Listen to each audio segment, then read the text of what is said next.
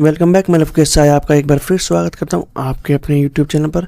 और आज इस वीडियो में हम आपके जो है हिंदी पेडागोजी के जो क्वेश्चन है उन्हें कंटिन्यू करेंगे।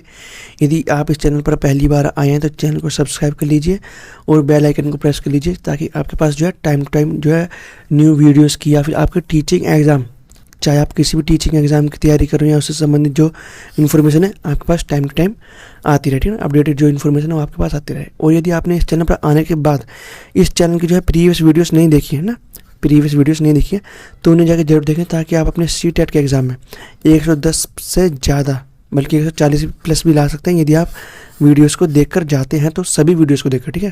क्योंकि हर वीडियो के में क्वेश्चन आपके अलग मिलेंगे आपको कुछ, क्योंकि ये क्वेश्चन जो है आपके प्रीवियस ईयर के जो क्वेश्चन है को जो पेपर हुए हैं आपके वहाँ से उठाए गए हैं। तो यदि आप जितनी ज़्यादा प्रैक्टिस करके जाओगे प्रीवियस ईयर के क्वेश्चंस की उतनी ज़्यादा आपके मार्क्स आने की संभावना है। तो चलिए स्टार्ट करते हैं अपने पहले क्वेश्चन से। इससे पहले ही मैंने वीडियोस अपलोड कर रखे हैं, यदि आपने वो वीडियोस नहीं देखे तो उन्हें जाकर ज़रूर देखें। ये आपका लास्ट क्वेश्चन था प्रीवियस वीडियो का, ये आपका इस वीडियो का पहला क्वेश्चन है। प्राथमिक स्तर पर बच्चों की पठन क्षमता का आकलन करने में किस प्रकार की सामग्री सर्वाधिक महत्वपूर्ण है? तो प्राइमरी लेवल पर आप बच्चे का आकलन करना चाहते हो, पठन क्षमता का आकलन करना चाहते हो, आप इस चीज़ पर ध्यान दीजिए किस चीज़ का आकलन किया जा रहा है और आप कौन सी सामग्री का यूज़ करोगे जो सबसे ज़्यादा इफेक्टिव होगी, ठीक है, ये आकलन करने में। पहला ऑप्शन है बाल साहित्य की कोई संवादात्मक कहानी। दूसरा ऑप्शन है पाठ्य पुस्तकें इतनी इफेक्टिव नहीं है, औपचारिक पत्र भी नहीं है और आतंकवाद पर आधारित निबंध भी नहीं है। आप पठन क्षमता का यदि आकलन करना चाहते हो तो सबसे इफेक्टिव तरीका बाल साहित्य की कोई संवादात्मक कहानी का आप जो है पढ़कर मतलब सामने पढ़वाओगे बच्चे से। और जब यदि वो सही से पढ़ता है, अच्छे से पढ़ता है, शब्दों को बिना मतलब गलती के पढ़ता है, तो इसका मतलब है कि उसकी पठन क्षमता बहुत अच्छी है। तो यहाँ पर जो आपका ए ऑप्शन है वो ठीक होगा। नेक्स्ट क्वेश्चन आपका प्राथमिक स्तर पर बच्चों की घर की भाषा को अपनी कक्षा में स्थान देना जरूरी है क्योंकि घर की भाषा बच्चों ने अभी पूर्ण नहीं सीखी है। मतलब अभी उसने घर की भाषा ही नहीं सीखी और वो स्कूल में आ गया तो उसकी जो है घर की जो भाषा है उसे कंप्लीट करना है, इस टाइम उसकी घर की भाषा को ला रहे थे ना, तो ऐसा नहीं है। दूसरा ऑप्शन बच्चों की भाषा ही पूंजी है, तो दूसरा ऑप्शन ठीक है, भाषा ही पूंजी है भाई। उन्होंने जो सीखा है अभी तक, वो जितने भी शब्द उन्होंने सीखे हैं किस में सीखे हैं, घर की भाषा में सीखे हैं, इसलिए ये उनकी जो है भाषा ही पूंजी है। तो सेकंड ऑप्शन ठीक होगा। थर्ड ऑप्शन है भाषा मतलब मानक स्वरूप लिए होती है, नहीं, आपकी जो घर की जो भाषा वो मानक स्वरूप लिए नहीं होती। और फोर्थ ऑप्शन सरल होती है। देखो जरूरी नहीं सरल हो, हर किसी को अपनी घर की भाषा सरल लगती है, लेकिन यदि मैं दिल्ली का रहने वाला हूँ और आप मिजोरम के रहने वाले हो तो मेरे लिए वो मिजोरम की भाषा ना कठिन होगी और आपके लिए वो आसान होगी, और दिल्ली की भाषा आपके लिए कठिन हो सकती है और मेरे लिए आसान है, ठीक है। तो आप जरा इस चीज़ को समझिए। तो यहाँ पर जो आपका डी ऑप्शन है वो भी नहीं होगा, आपका सिर्फ जो बी ऑप्शन है वही ठीक बैठ रहा है यहाँ पर। नेक्स्ट क्वेश्चन आपका भाषा सीखने सिखाने के संदर्भ में गृह कार्य का उद्देश्य होता है। अब देखो हम भाषा सीखने सिखाने के संदर्भ में बात किया, ठीक है ना, ही पठन बोल दिया ना ही लिखित बोल दिया, इन्होंने भाषा बोल दी सीधा। इसमें LSR आपके 4 आ गए। पहला ऑप्शन है अभिभावकों को प्रसन्न करना। हम जो है पेरेंट्स को प्रसन्न मतलब खुश करना चाहते हैं, इसलिए हम स्कूल होमवर्क देते हैं, हमारा ये उद्देश्य है, तो ऐसा नहीं है। दूसरा ऑप्शन है बच्चों को कार्य में व्यस्त रखना, कि स्कूल में तो व्यस्त रहती है, हमें घर पे भी व्यस्त रखनी है, तो दूसरा ऑप्शन भी गलत होगा। थर्ड ऑप्शन है कॉपियाँ भरवाना, कि उनकी कॉपियाँ भर जाएं बस, है ना, ताकि नई कॉपी ला सकें, तो ऐसा भी मोटिव नहीं है हमारा। और फोर्थ ऑप्शन सीखने को विस्तार देना, तो आपका जो फोर्थ ऑप्शन है वो ठीक होगा। आपने देखो टीचर ने आप बुक होती है ना, बुक में चैप्टर्स होते हैं, हम मैथ का एग्जाम्पल लेते हैं। मैथ आपको बताया जा रहा है जो है प्लस के बारे में, ठीक है, तो प्लस के बारे में आपको बहुत सारे एग्जांपल दिए और आपको समझा दिया, ठीक है। अब चैप्टर्स के भी आपके जो प्राइमरी लेवल की जो बुक्स हैं उनके बीच बीच में जो है एक्सरसाइज भी दे रखी है, एक्सरसाइज करने के लिए, ठीक है, एक्सरसाइज दे रखी है। लेकिन चैप्टर के एंड में, है ना, कुछ एक्सरसाइज दे रखे होते ताकि जिससे बच्चे की समझ पता चले।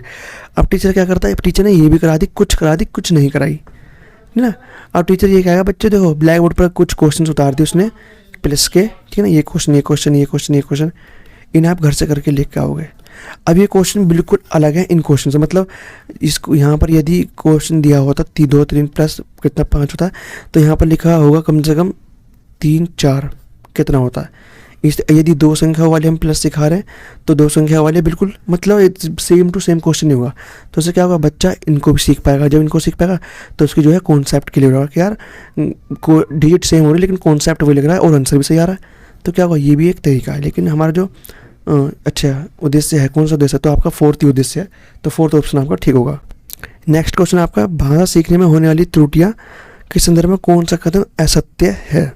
असत्य वाले क्वेश्चन आपको बहुत ज़्यादा कंफ्यूज कर सकते हैं, तो इनको ज़रा ध्यान से करना है। पहला ऑप्शन है त्रुटियाँ अस्थायी होती हैं, बिल्कुल ठीक। त्रुटियाँ जो अस्थायी होती हैं तो ठीक है, गलत वाला पूछा। लेकिन भाषा सीखने में होने वाली त्रुटियाँ अस्थायी होती हैं मतलब टेम्पररी होती है, तो दूसरा ऑप्शन आपका गलत होगा, क्योंकि जो है स्थायी है, यहाँ पर स्थायी लिखा है, स्थायी नहीं होती, अस्थायी होती है। ठीक है। थर्ड ऑप्शन है भाषा सीखने में होने वाली त्रुटियाँ यह समझने में मदद करती है कि बच्चे के मस्तिष्क में क्या चल रहा है। आपको पता चलता है कि मैंने तो यार ये सिखाना चाहा था इस मेथड से, इस तरीके से, तो आपको यहाँ पर बी ऑप्शन भी पता, इससे हमें बहुत सारी हेल्प मिलती है। थर्ड ऑप्शन है त्रुटियाँ सीखने में सिखाने की प्रक्रिया अभिन्न अंग है। बिल्कुल भाई, सीखने और सिखाने में त्रुटियाँ क्या है, अभिन्न अंग है सीखने सिखाने का। क्योंकि अब जब आप कुछ चीज़ सीखते हो ना तो आप पहले टाइम में ही सही अटैम्प्ट नहीं करते हो। ठीक है। मान लीजिए आप कोई मैथ में कोई चैप्टर सीख रहे हो परसेंटेज का,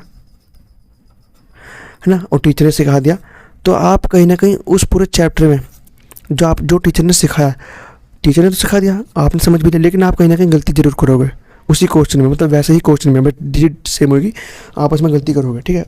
तो क्या है, आप हर चीज़ पहली बार में सही नहीं कर सकते। ठीक है। तो यहाँ पर जो आपका जो है सी ऑप्शन भी ठीक है, लेकिन जो गलत वाला पूछा है तो गलत वाला आपका बी ऑप्शन है कि ये स्थायी होती है, जिन्हें चेंज नहीं किया जा सकता। तो ये बहुत अच्छी चीज़ है एक, है ना। तो यहाँ पर जो आपका बी ऑप्शन है वो ठीक होगा। नेक्स्ट क्वेश्चन आपका, प्राथमिक स्तर पर अधिकांश बच्चे डैश कविताएं पसंद करते हैं। तो कैसी कविताएं पसंद करते हैं, देखो बच्चे ना एक गाने की तरह गाते हैं कविता को। छोटी कविताएं से फ़र्क नहीं पड़ता उन्हें। वीर रस की कविता उन्हें तो पता ही नहीं होता वीर रस क्या होता है। नैतिक मूल्यों से ओतप्रोत कविताएं, उन्हें ये भी नहीं पता होता, बहुत कम पता होता है, बहुत कम, माइनर सा। लेकिन जो लयपूर्ण कविताएं होती है ना, वो गाने की तरह गाते हैं, जैसे गाना गा रहे हो और उनको गाते हैं। ठीक है। तो उनके जो इसलिए वो पसंद करते हैं कविता को, क्योंकि उनमें एक सॉन्ग की तरह गाते हैं उन्हें। ठीक है। एक रिदम होता है उनमें। नेक्स्ट क्वेश्चन आपका, तीसरी कक्षा में पढ़ने वाली सुनिए ना अक्सर, अच्छा अक्सर स को स कहती है, भाषा शिक्षक होने के नाते आप क्या करेंगे। तो पहला, उसके इस तरह के प्रयोग पर बिल्कुल ध्यान नहीं देंगे, गलत। भाई आप ध्यान तो दोगे, नहीं तो गलत सब सीख जाएंगे, आप टीचर किस बात के हो। सेकंड ऑप्शन है यह क्षेत्रीय प्रभाव हो सकता है। तो ये आपका ना क्षेत्रीय प्रभाव हो सकता है। बहुत से लोग ना क्या है, शब्दों थोड़ा गलत नहीं, उनके क्षेत्रीय प्रभाव के कारण उन्हें थोड़ा अलग तरीके से जो है प्रोनाउंसिएट करते हैं, तो ये हो सकता है। ठीक है। जैसे पानी को पानी बोलना, हम तो बोलते हैं पानी, बोलते हैं पानी, है ना, इस तरफ पानी बोल रहे हैं, है ना। तो ये हो सकता है, इसलिए उसे स्वयं ही सुधार करने के लिए पर्याप्त समय देना चाहूँगा।